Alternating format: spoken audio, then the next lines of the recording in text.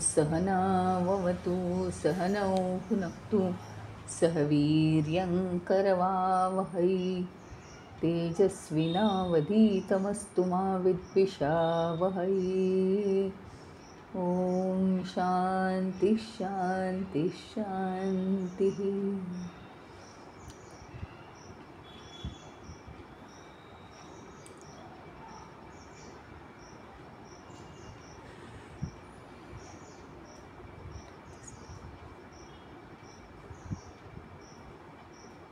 ॐ भद्रं कर्णेभिः शृणुयाम देवाः भद्रं पश्येमाक्षभिर्यजत्राः स्थिरैरङ्गैस्तुष्टुवांसस्तनूभिः व्यशेम देवहितं यदायुः।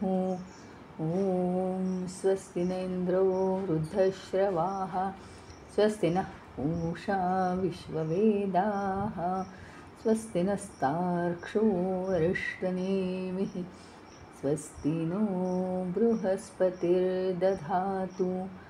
ॐ शान्ति शान्ति शान्तिः। गुरुर्ब्रह्मा गुरुर्विष्णु गुरुर्देवो महेश्वरः गुरुदेवो परं ब्रह्म तस्मै श्री गुरवे नमः।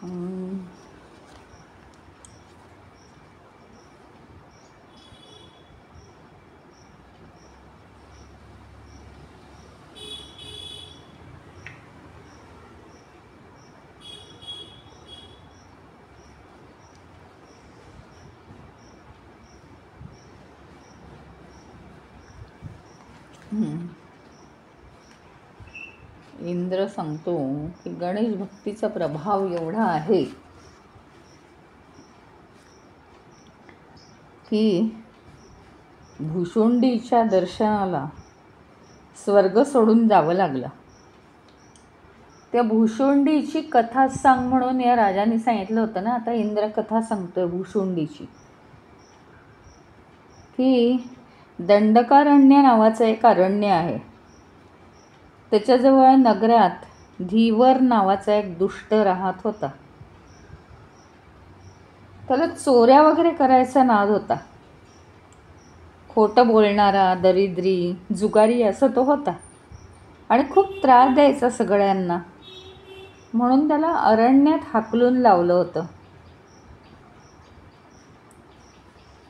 खूप दांडगाई करायचा, वाटसरूंना लुटायचा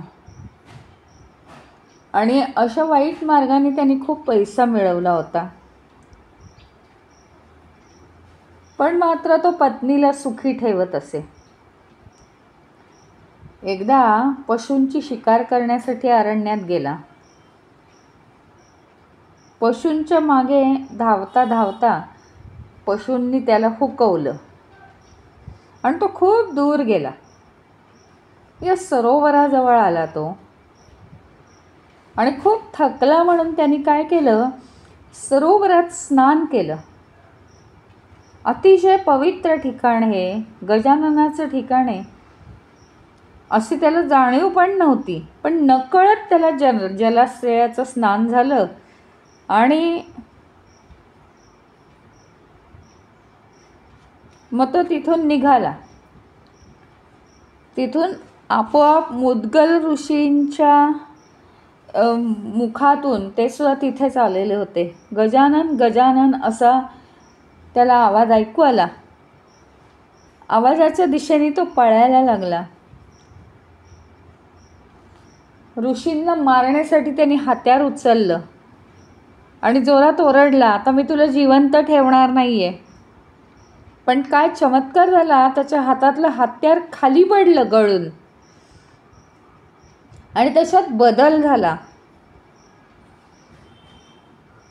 मुद्गल ऋषी म्हणाले, तू मला मारणार होतास ना, हत्यार कसं काय खाली पडलं? तो म्हणाला की महाराज, खरं म्हणजे मी खूप पापी आहे. माझ्या आत्ता लक्षात आलं की या सरोवरच स्नान करून माझ्यात हा बदल झालेला आहे. आणि दुसरी गोष्ट, आपलं दर्शन झालं त्याच्यामुळे माझ्यामध्ये काय झालं आहे, वैराग्य आलं आहे. मारणं आणि पैसे मिळवणं हे माझ्या स्वभावातनं निघून गेलं अचानक. आता यापुढे मी असं करणारच नाही आहे. मला आता इच्छाच राहिली नाही. धनही नको आहे आणि लोकांना मारणंही नको आहे. मला फक्त मुक्ती पाहिजे म्हणाला. मुद्गल ऋषींना आता दया आली त्याची.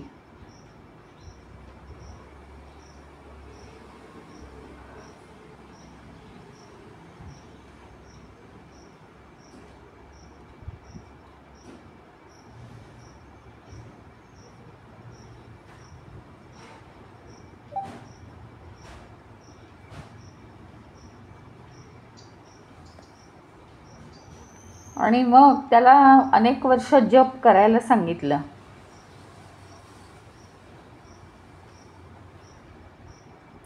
एक काठी त्यांनी तिथे रोवली आणि ह्याच्या भोवती जेव्हा वेली गुंडाळल्या जातील तोपर्यंत तू जप करायचा. मग नंतर काठीला खूप वेली गुंडाळल्या गेल्या.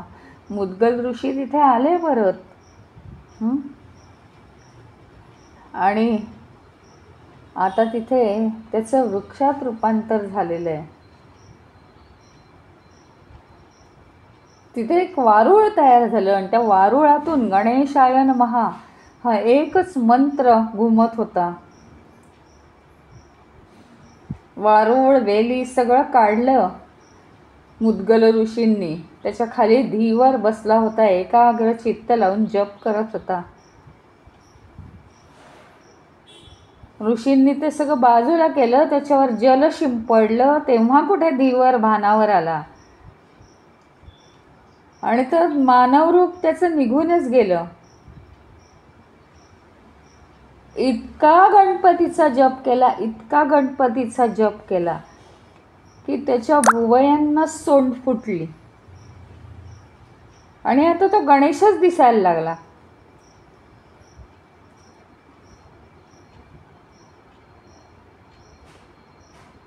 आणि मग मुद्गलांनी त्याला जवळ घेऊन शांत केलं. मग त्याच्या भुवयांमधून सोंड फुटली म्हणून त्या धीवराचं नाव भुशुंडी ठेवलं. आणि हेच ते भुशुंडी ऋषी.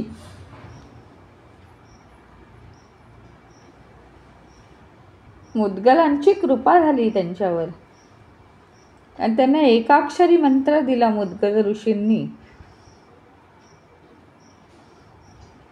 तर ते आता यावेळी अनुष्ठानाला बसले होते म्हणून इंद्र तिथे ते बघायसाठी आलेला आहे. आश्रमात ते बसलेले आहेत आणि अतिशय सुंदर मोहक अशी गणेश मूर्ती आहे.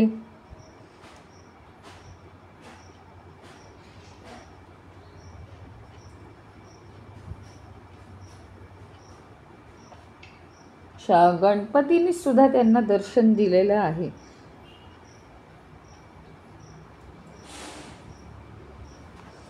आणि मुद्गल ऋषींनीच वर दिला होता की गणेशाने जर तुला दर्शन दिलं तर तुला पुन्हा जन्म नाही, मुक्त होशील तू.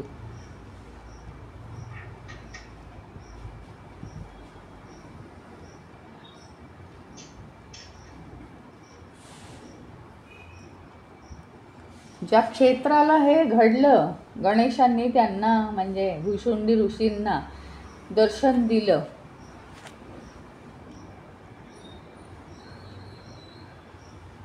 त्या क्षेत्राला म्हणतात नामल.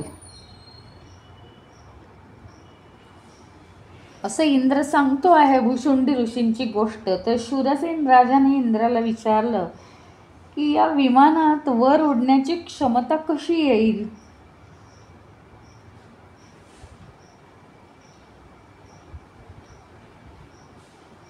इंद्राने सांगितलं, ज्यांनी तुझ्या राज्यात संकष्टी चतुर्थीचं व्रत केलंय, त्या व्रतांचं पुण्यदान केलं तर विमान उड्डाण घेईल. संकष्टी चतुर्थीची महती आणि सांगता कशी करायची ते व्रत सांगावं असं त्यांनी इंद्राला विनंती केली.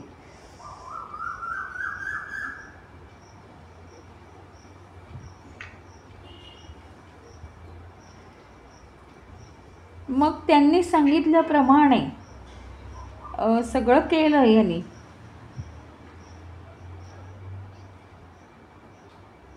राजा अतिशय उदात्त अंतःकरणाचा, धर्मवृत्तीचा होता. पत्नी पण चांगली होती स्वभावाने, निपुत्रिक होता. राज्याचा त्याग केला, वनात गेला, झाडपाला खाऊन राहू लागला.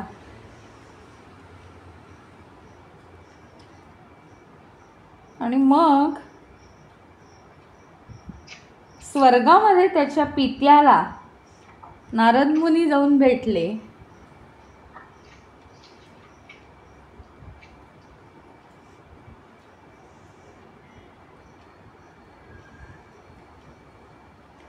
आणि त्याला म्हणाले की तुझा पुत्र तिथे मरणोन्मुख झालेला आहे, रानावनातनं भटकतोय, पुत्र नाही म्हणून तो आता वाचण्याची शक्यता नाही. आणि तो जर वाचला नाही तर तुला सुद्धा उत्तम गती मिळणार नाही. एवढं बोलून नारद निघून गेले.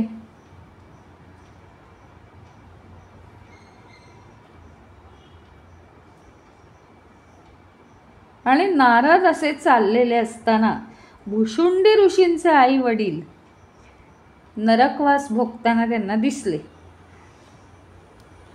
नारद भुशुंडी ऋषींकडे जाऊन त्यांनी या परिस्थितीचं वर्णन केलं आणि त्यांना सांगितलं की संकष्टी चतुर्थीचं व्रत करा. या व्रताच्या पुण्याईनी म्हणजे संकष्टी चतुर्थीचं व्रत केलं तर पूर्वज मुक्त होतात, त्यांचे हाल होत नाहीत. आणि मग त्यांनी ते व्रत केलं म्हणून माता पिता त्यांचे नरकातून मुक्त झाले.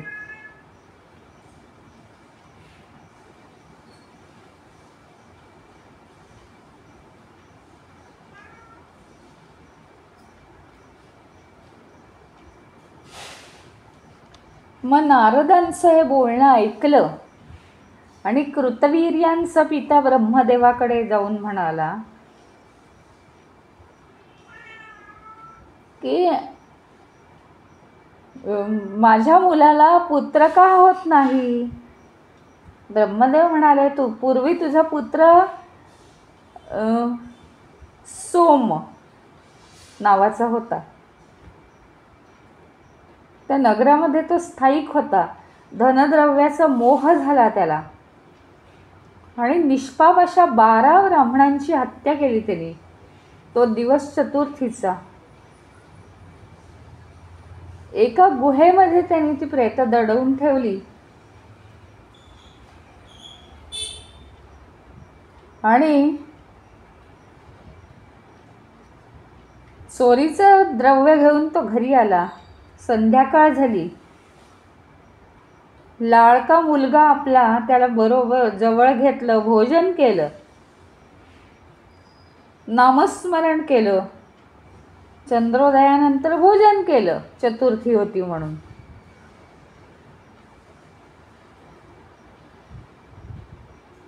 पण ब्रह्महत्येचं पाप कुठे जाणार ना, आणि म्हणून त्याला आता पुत्रप्राप्ती नाही. संकष्टीचं व्रत केलं तर त्याला पुत्रप्राप्ती होईल.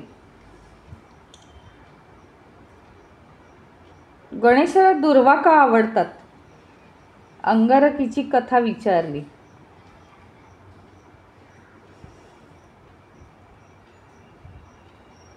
कृतवीर्याच्या पित्याने कृतवीर्यासाठी व्रत केलं. त्याला एक सुंदर पुत्र झाला. व्रत कसं करावं हे सांगितलं. संकष्टी व्रत कसं करायचं, तर माघ वद्य चतुर्थीला सुरुवात करावी. तो दिवस मंगळवारचा असेल तर फारच छान. आणि चंद्र पाहून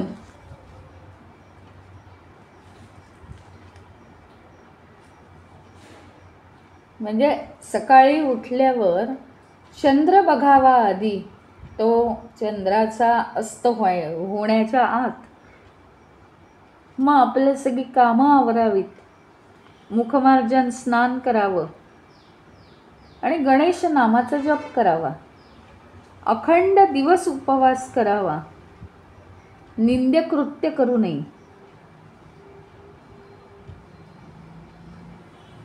तांबूल खाऊ नये त्या दिवशी. सायंकाळी स्नान, एकाक्षर किंवा षडाक्षर मंत्र, गणानां त्वा गणपतये मंत्राचा जप 2 तास करावा. 16 प्रकारे षोडशोपचार पूजा करावी. मोदक, करंजा, लाडू नैवेद्य करावा. सुगंधी लाल फुलं 21 दुर्वा वाहाव्या. सायंकाळी पुन्हा चंद्रदर्शन पूजन करावे. चंद्रालाही नैवेद्य. प्रत्येक महिन्याच्या कृष्ण चतुर्थीला हा नेम ठेवावा. वर्षभर जरी हे व्रत केलं तरी पुत्र लाभ होईल आणि मनोकामना पूर्ण होतील. मग याला काय नियम आहेत म्हणे. श्रावणात लाडू, भाद्रपदात दही, कार्तिकात दूध, पौषात गोमूत्रवान, माघात तीळ, फाल्गुनात तुपसाखर, वैशाखात दुर्वांचा रस, ज्येष्ठामध्ये तूप, आषाढात मध. या प्रकारे प्रत्येक महिन्याला संकष्टी चतुर्थीला वेगवेगळे पदार्थ सेवन केल्याने सिद्धी मिळते.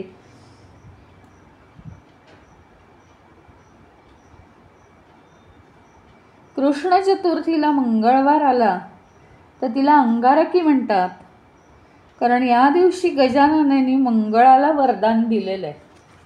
गजाननाने मंगळाला वरदान दिले आणि असं चतुर्थीचं व्रत या दिवशी केलं तर अजूनच जास्त फायदा होतो. अंगारकी चतुर्थीचं महात्म्य. अवंती नगरामध्ये एक भारद्वाज नावाचे ऋषी राहत होते.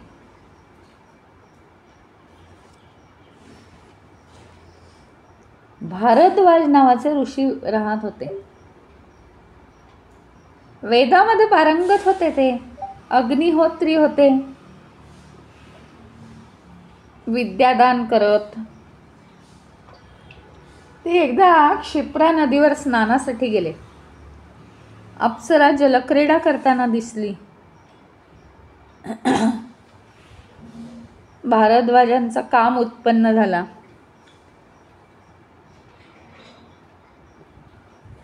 आणि त्यांच्यापासून एक लालवर्ण नावाचा मुलगा निर्माण झाला. पृथ्वीने त्या मुलाचा सांभाळ केला. शरीर त्याचं जन्मपासून लाल होतं, लाल. 7 वर्षाचा झाला. त्यांनी आपल्या लाल वर्णाचं रहस्य आईला विचारलं, पृथ्वी मातेला. पृथ्वीने त्याला जन्मकथा सांगितली.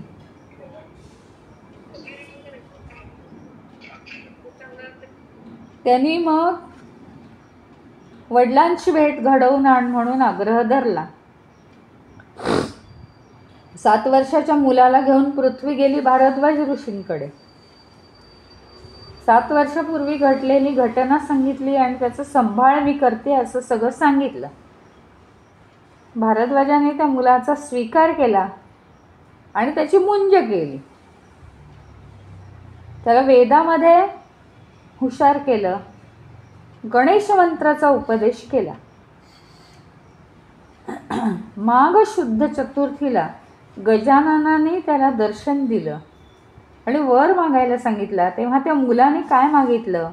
मला स्वर्गात उच्चपद मिळावं, अमृत मिळावं आणि आजची ही चतुर्थी फलदायक ठरावी. गजाननाने सांगितलं तथास्तु. आणि त्याला सांगितलं तुला सगळे भूमिपुत्र म्हणतील, मंगल असंही तुला नाव मिळेल. अंगारक म्हणजे निखाऱ्यासारखा लाल असंही म्हणतील. गजानन अदृश्य झाले. मंगलाने ते गजाननाने दर्शन दिलं ना, म्हणून मंगळाने तिथेच गजाननाच्या 10 हातांची मूर्ती स्थापन केली. त्या मूर्तीचं नाव मंगलमूर्ती, त्याचं नाव गजाननाने मंगल दिलं आणि मंगलाने स्थापना केलेली मूर्ती म्हणून मंगलमूर्ती असं नामकरण केलं. आणि तेव्हापासून गजाननाला मंगलमूर्ती असं लोक म्हणतात. म्हणून मंगळवारी येणाऱ्या चतुर्थीला अंगारकी चतुर्थी म्हणण्याची प्रथा पडली.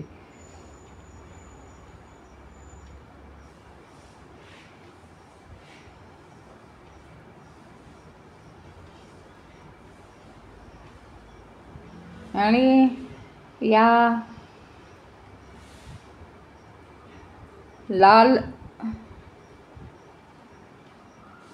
ज्याचं शरीर लाल आहे, लाल वर्ण मुलाला जिथे गणेश भेटला तिथे हे मंदिर आहे. पारनेर जवळ हे मंदिर आहे गणपतीस, मंगलमूर्ती मंदिर.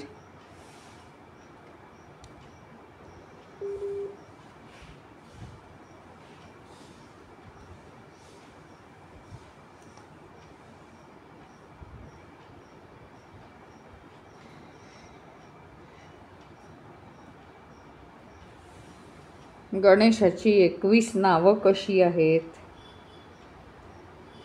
वगैरे आता वर्णन केलेलं आहे. आता भृगु ऋषी सांगतातच आहे ना सोमकांताला ही कथा.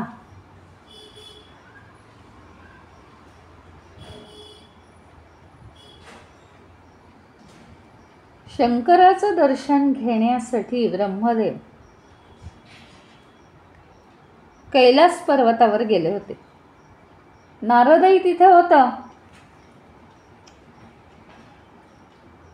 एक अर्धवट फळ त्यांच्या हातात होतं.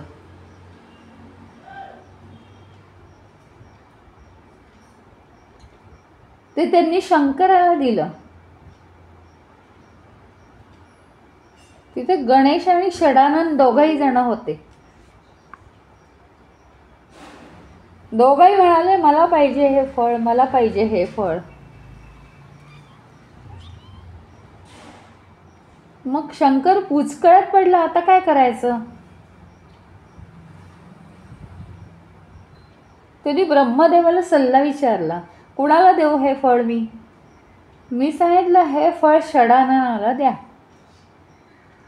बस षडाननाला दिलं. गणेश चिडला ना मग ब्रह्मदेवावर,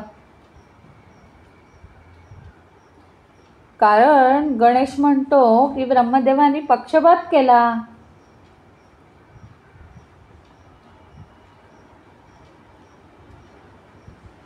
ब्रह्मदेव पुन्हा आपल्या स्थानी गेले आणि सृष्टी रचनेचं कार्य करायला लागले. गणेशाने आता विराट रूप धारण केलंय आणि ब्रह्मदेवाला घाबरवलं. ब्रह्मदेव घाबरलेले पाहिलं आणि शंकरांच्या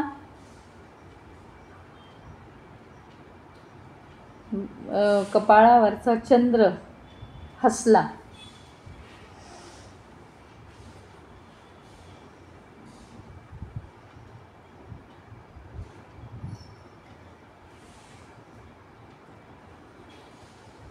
आणि गजाननाची सुद्धा तो चेष्टा करू लागला. गणेश चिडला, चंद्राला शाप दिला. त्याने चंद्राला शाप दिला, तू मला पाहून हसलास ना. गणेशाला पाहून म्हणजे काय, गणेशाला सोंड आहे ना हत्तीसारखी, म्हणून चंद्राला गणेशाने शाप दिला, तुझं तोंड पाहणार नाहीत लोक, जो पाहिल त्याच्यावर विघ्न येईल. चंद्र कुरूप झाला आणि लाजला. देवांना हे समजलं तेव्हा वाईट वाटलं त्यांना. सगळे देव एकत्रित आले, चंद्राला क्षमा करण्याची याचना करू लागले की तू गणपतीची क्षमा कर, गणपतीला क्षमा माग.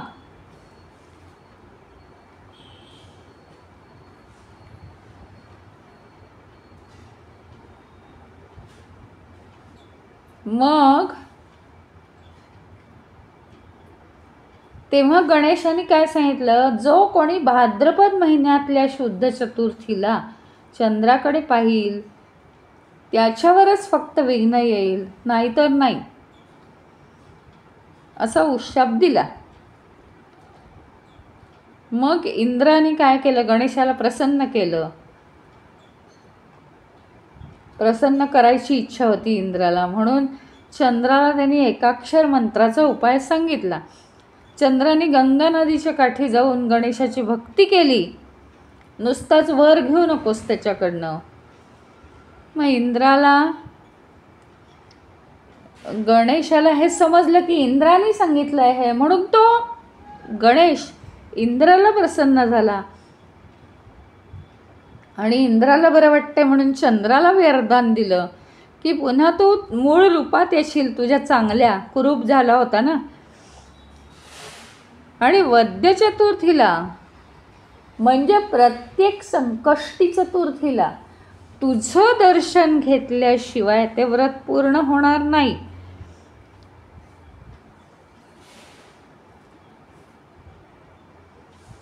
फक्त गणेश चतुर्थीला तुझं तोंड जो पाहिल त्याच्यावर विघ्न येईल.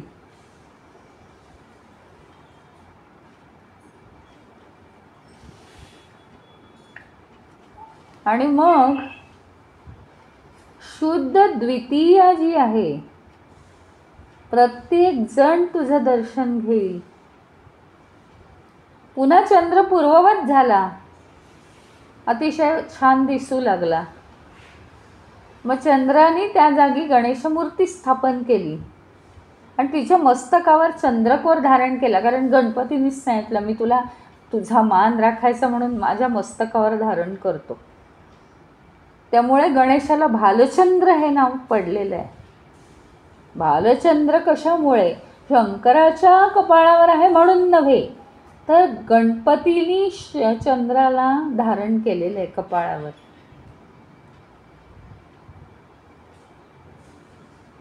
आणि जिथे हे घडलं त्याला सिद्धिक्षेत्र म्हणतात.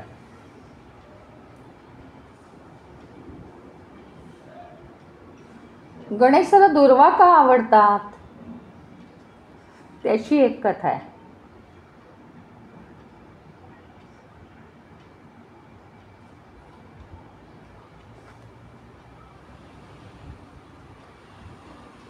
पूर्वी जांब नगरामध्ये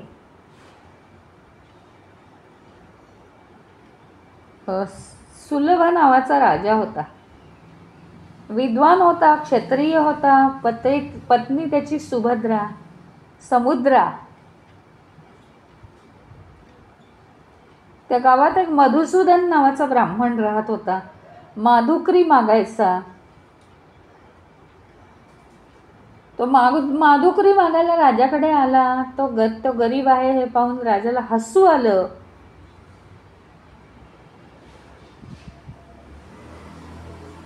विनाशकाले विपरीत बुद्धी.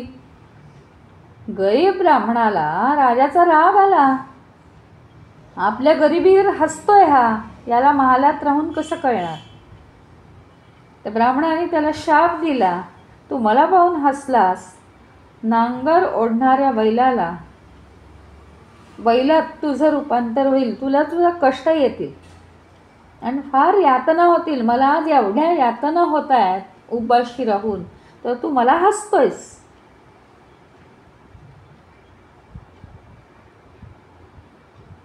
त्याची पत्नी राजाची समुद्रा पाहत होती आणि तिनं पण मधुसूदनाला शाप दिला, तू गाढव होशील. समुद्रा मध्यस्थी झाली म्हणून मधुसूदनाला राग आला. अतिथीचा तू अपमान केला आहेस आणि शिवाय भिक्षाही वाढली नाहीस, पतीची बाजू घेतेस, तर तू चांडाळीण होशील असा शाप दिला. आणि सगळ्यांचे शाप खरे ठरले. तो तिकडे बैलात त्याचं रूपांतर झालं, ही चांडाळीण झाली. आणि पावसाचे दिवस होते, पाणीच पाणी साचलेले होते. ती गावाबाहेर जीर्ण झालेल्या मंदिराजवळ बसली समुद्रा. तिचा त्या दिवशी चतुर्थी होती, मंदिरात उत्सव होता.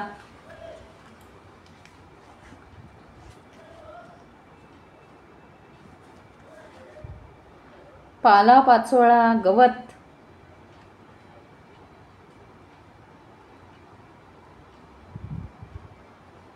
टाकलेलं होतं.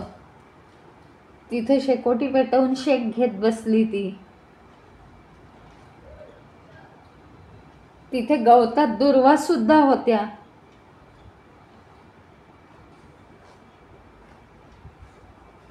आणि ती त्या अग्नीमध्ये गवताबरोबर दुर्वा टाकत असताना ती एक दुर्वा तिथून उडाली आणि वाऱ्याने गणपतीच्या अंगावर जाऊन पडली.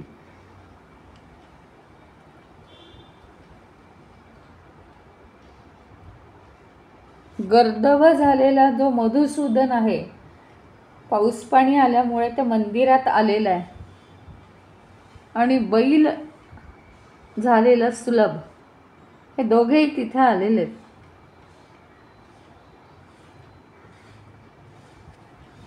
आणि ती कचरा जमवणारी समुद्रा, ती तिथे शेकोटी करते.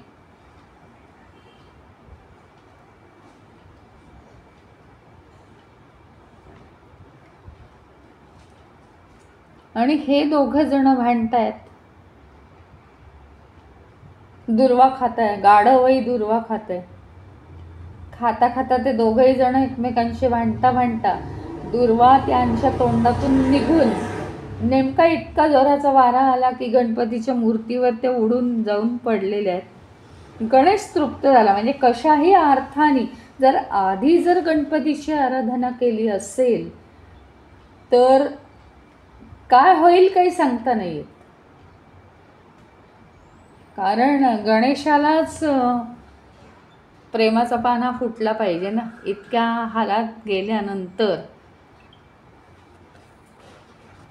चूकही अशी झाली पाहिजे की त्यातनं काहीतरी चांगलं निर्माण झालं पाहिजे. रात्री भजन वगैरे करून थकलेले लोक मंदिरातच झोपी गेले.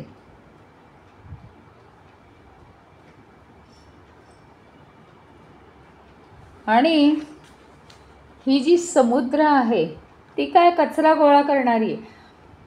सगळे मंदिरात झोपी गेले, त्यांना काही नव्हतं. ते उलट त्यांनी प्रसाद आणून ठेवलेला होता कित्येकांनी. सगळे झोपी गेले आणि ही हातात काठी घेऊन आली. मंदिरासमोर जे जे पदार्थ होते ते खाऊन टाकले. हे जे दोघेही पशु झालेले आहेत, हे दोघेही पशु, ते पण काहीतरी अन्न मिळेल म्हणून मंदिरात आलेले आहेत. त्यांच्या आवाजाने, गाढवाच्या वगैरे आवाजाने सगळेजण जागे झाले. मंदिरात या सगळ्यांना पाहून ते इतके घाबरले आणि यांना हाकलण्यासाठी मागे लागले. आणि मागे लागता ते सगळे आणि हे तिघजण, ही समुद्रा आणि ते दोन पशु आणि त्यांच्या मागे लागलेले सगळे लोक, असे ते मंदिराच्या भोवती प्रदक्षिणा घालत फिरू लागले. त्यांच्या प्रदक्षिणा पूर्ण झाल्या प्रदक्षिणा घालण्याचं श्रेय पण मिळालं. गणेशाने सगळंच करून घेतलं त्यांच्याकडून. या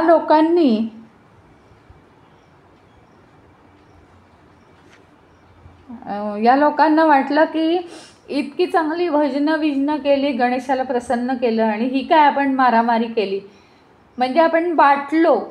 म्हणून त्यांनी काय केलं, सकाळ झाल्यावर स्वतःची स्नानसंध्या केली आणि गणपतीला पुन्हा स्नान घातलं. आणि या लोकांनी मारल्यामुळे ती कचरा गोळा करणारी बाहेर विव्हळत पडली होती. तो बैल आणि गाढवसुद्धा पडून राहिले होते मार खाऊन. गणेशाला दया आली त्यांची, आणि त्यांच्यामुळे गणेशाला 2दा स्नान झालं लोकांकडून. त्यांच्या हातून दुर्वा मिळाल्या, त्यांच्यामुळे 2दा स्नान झालं, आणि म्हणून यांचा उद्धार व्हावा म्हणून तिथे गणेशाने विमान पाठवलं. लोक आता मंदिराबाहेर येऊन पाहायला लागले, काय होतंय. दूतांनी आणलेल्या विमानात हे 3घही जण बसले. मग लोकांनी विचारलं, यांनी असं कोणतं पुण्य केलं, कारण आम्ही रात्रभर इथे भजन करतोय, थकलोय आम्ही, कशामुळे गणेशाने यांना दर्शन दिलं. ते ईश्वराचे दूत म्हणाले, गणेशाला दुर्वा आवडतात.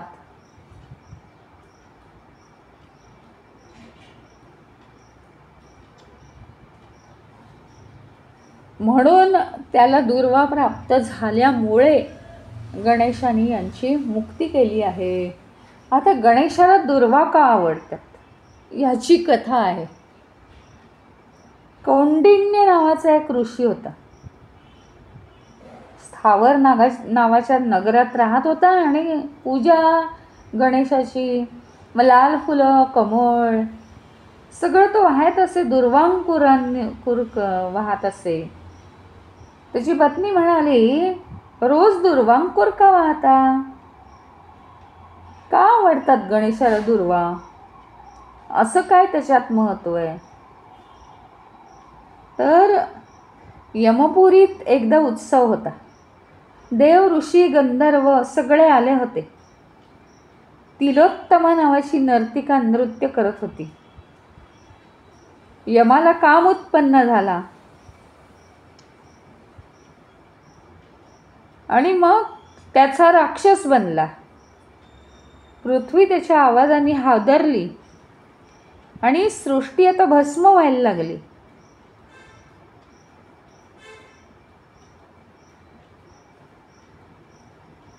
सगळे देव गेले विष्णूकडे, पण गजाननाचं स्मरणच नाही केलं. मग देव गेले गणेशाकडे, या राक्षसापासून रक्षण कर. अनलासूर जो आहे तोच हा आहे, त्याला मी नष्ट करीन. तो अनलासूर इथे आलेला आहे. तुम्ही जा म्हणून सांगितलं देवांना, ते निघून गेले आपापल्या स्थानी, आणि बालरूप घेतलं गणेशाने.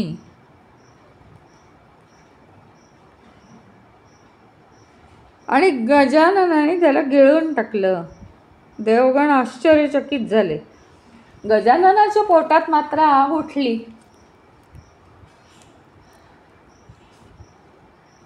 तर देवांनी आणि ऋषींनी गजाननाला सगळ्या गारगार थंड थंड वस्तू अर्पण केल्या. काही उपयोग झाला नाही. इंद्राने शीतल असा चंद्र त्याच्या मस्तकावर धारण केला, तरी उपयोग नाही. मग ब्रह्मदेवाने सिद्धी बुद्धी त्याला आपल्या कन्या देऊन टाकल्या, तरी तो शांत झाला नाही. विष्णूंनी कमळ दिलं, वरुणाने पाण्याचा वर्षाव केला, शंकराने 1000 फणांचा नाक त्याच्या पोटात घातला की ते सगळं विष तो पिऊन टाकेल. काही गुण आला नाही.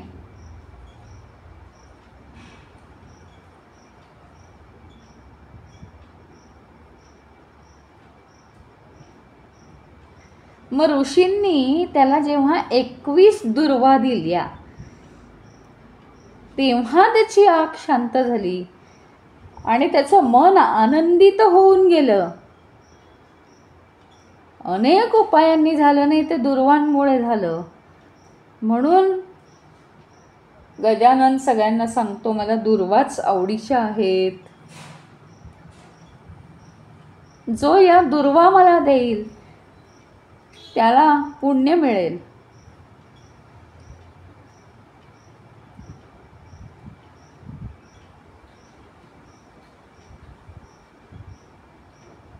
आणि मग या ठिकाणी त्याची मूर्ती स्थापली. त्याचं नाव विघ्नहर ठेवण्यात आलं.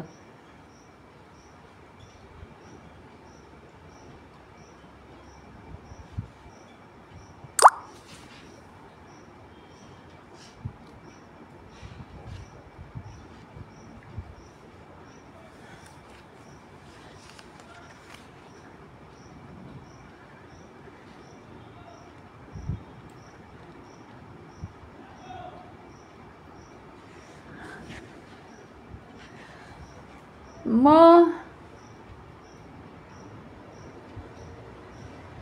कौंडिण्य ऋषी म्हणाले, अशीच एक गोष्ट आहे की त्याच्यावरून आपल्याला दुर्वांकुराची प्रचिती येते. नारद मुनी गणेशाकडे गेले.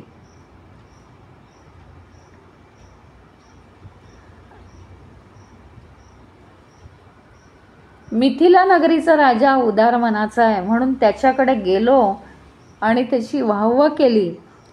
तर तो म्हणाला, नारदा, मी सर्वस्वी ब्रह्मस्वरूप असा एकटाच आहे या पृथ्वीवर. या जगाचं स्वामित्व माझ्या हाती आहे असं तो राजा म्हणाला बरं का. सगळं करता करविता मीच आहे, कसलीच कमतरता नाही. तर नारद म्हणाले, जनका, जगात श्रेष्ठ असेल तर ईश्वर आहे. तुझा भ्रम झालाय. आणि असा जर भ्रम झाला की ईश्वरापेक्षा मी मोठा आहे तर तू लयाला जाशील, तुझा नाश होईल. एवढं बोलून नारद इकडे आले.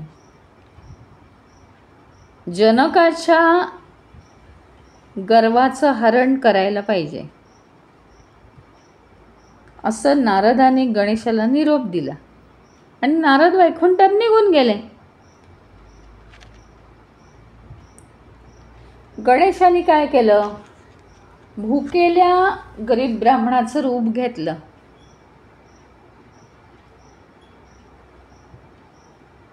जनकाकडे गेला, भोजन मागितलं.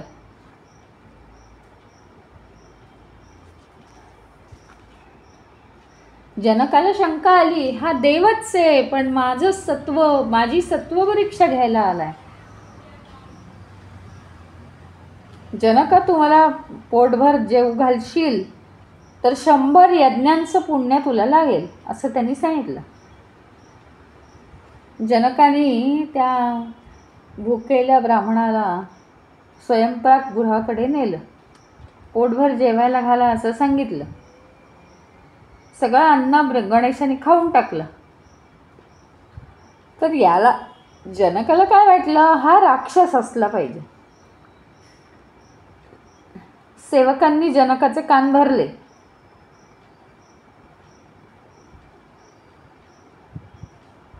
सगळं धान्य शिजवून या ब्राह्मणाला घालायचं असं निश्चय झाला.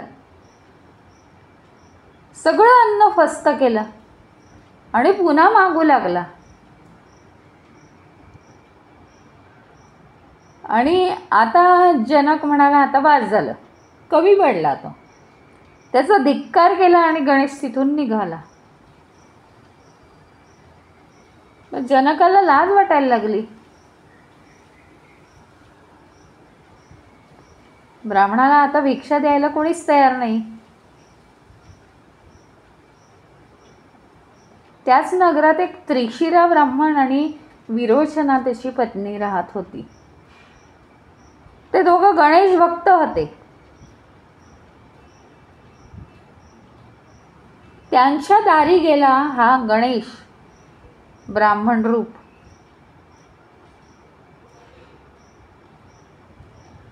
त्याला सांगू लागला की मिथिला नगराच्या जनक राजाने मला अन्न देण्याचं कबूल केलं, पण सगळं व्यर्थच, त्यांनी मला दिलंच नाही पूर्ण.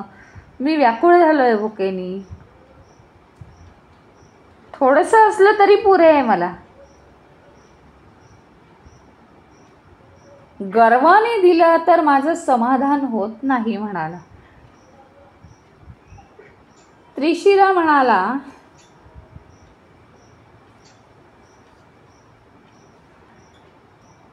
महाराज, आम्ही सकाळी गणेशाला वाहण्यासाठी दुर्वा आणल्यात. एकच दुर्वा उरली आहे. ती दुर्वा मनोभावे तुला अर्पण करतो. तू दुर्वा भक्षण करताच तुझी भूक शांत होईल. त्यांनी होकार दिला आणि खरं रूप प्रगट केलं. त्रिशिराला वरदान दिलं, पुढच्या जन्मी सुद्धा तुझा विसर पडू नये. म्हणे मी तुला ओळखलं, तू गणपती आहेस म्हणूनच एक दुर्वा दिली, नाही तर भुकेलेला एक दुर्वा कशी पुरेल. पाहिलं का दुर्वांचं महत्व. एका दुर्वेनी सुद्धा भूक भागते.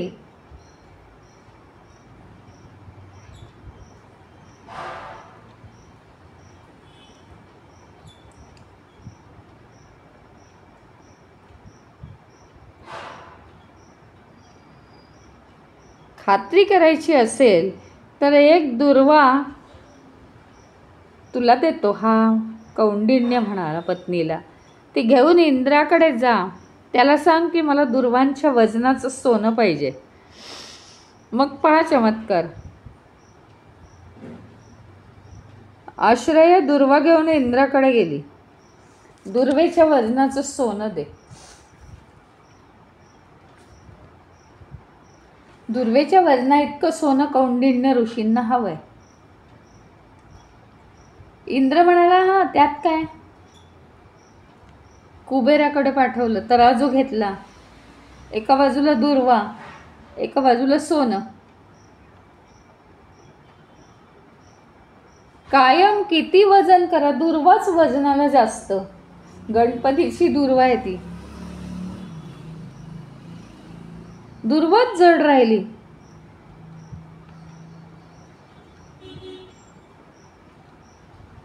शेवटी कुबेर इंद्राकडे गेला.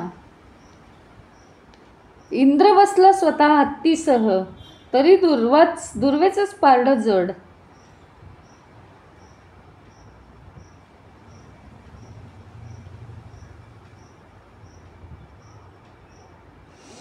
सगळं स्वर्गातलं द्रव्य धन ओतलं तरी तेच होतंय. त्यामुळे भक्तिपूर्ण श्रद्धेने वाहिलेली एक दुर्वा सुद्धा गणपतीला बास आहे. हे याचं महत्व.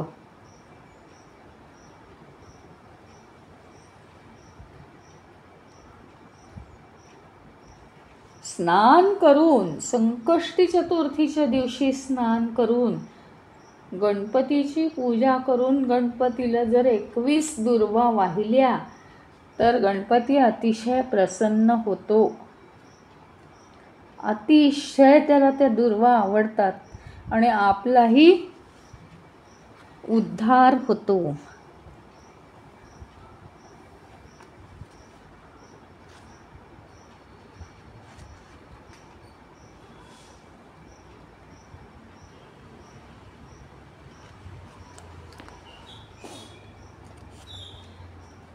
आता पुढची जी कथा आहे ती आपण उद्या बघूया. पण असं या दुर्वांचं, अंगारकीचं महत्त्व, संकष्टी चतुर्थीचं महत्त्व, विनायकी चतुर्थीचं व्रत आपण पाहिलं.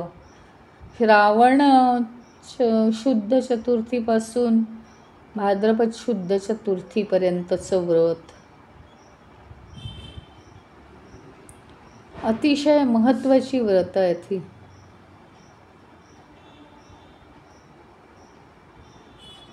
आणि केवळ गणपतीच्या प्रसन्न होण्यानेच आपली विघ्न दूर होतात हे आश्चर्य आहे. त्यामुळे प्रत्येक कार्य करताना प्रथम गणपतीचं स्मरण करावं, म्हणजे आपण विघ्नांपासून दूर राहतो.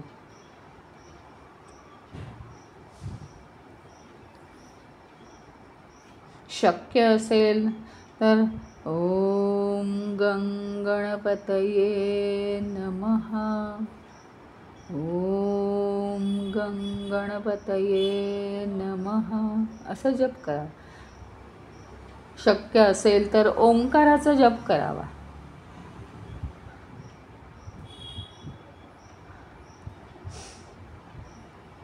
सगळ्याचा फायदा तोच. गम हा सुद्धा एक अक्षरी मंत्र आहे, त्याचाही जप केला आणि गणपतीचं स्वरूप आठवलं तरी चालतं.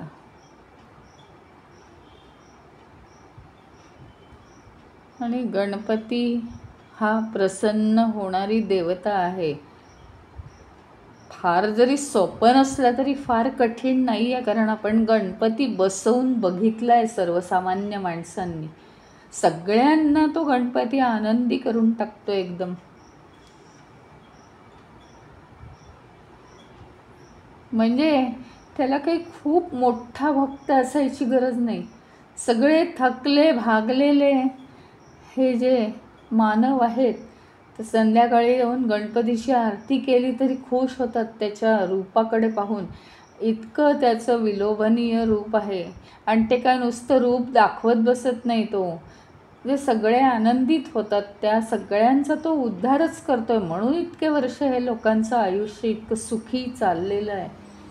बरं, सगळेच जण गणपती बसवतात असं नाही, पण जे गणपतीचं दर्शन सार्वजनिक गणपतींमध्ये वगैरे मनोभावे घेतात आणि आनंदित होऊन जातात की हा गणेश हा किती छान आहे, हे किती छान आहे, ते किती छान आहे, त्याचं रूप किती छान आहे, त्या सगळ्यांचा ज्यांची ज्यांची गणपतीच्या मुखावरती दृष्टी पडते ते सगळ्यांचा तो उद्धार करत असतो.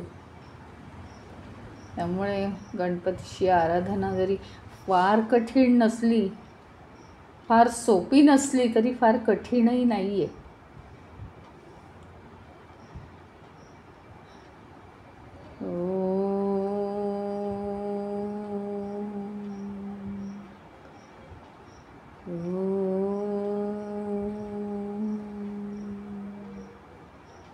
ओम पूर्णमदः पूर्णमिदं पूर्णात् पूर्णमुदच्यते पूर्णस्य पूर्णमादाय पूर्णमेवावशिष्यते. ओम शांति शांति शांति. हरि ओम. श्री गुरुभ्यो नमः. हरि ओम.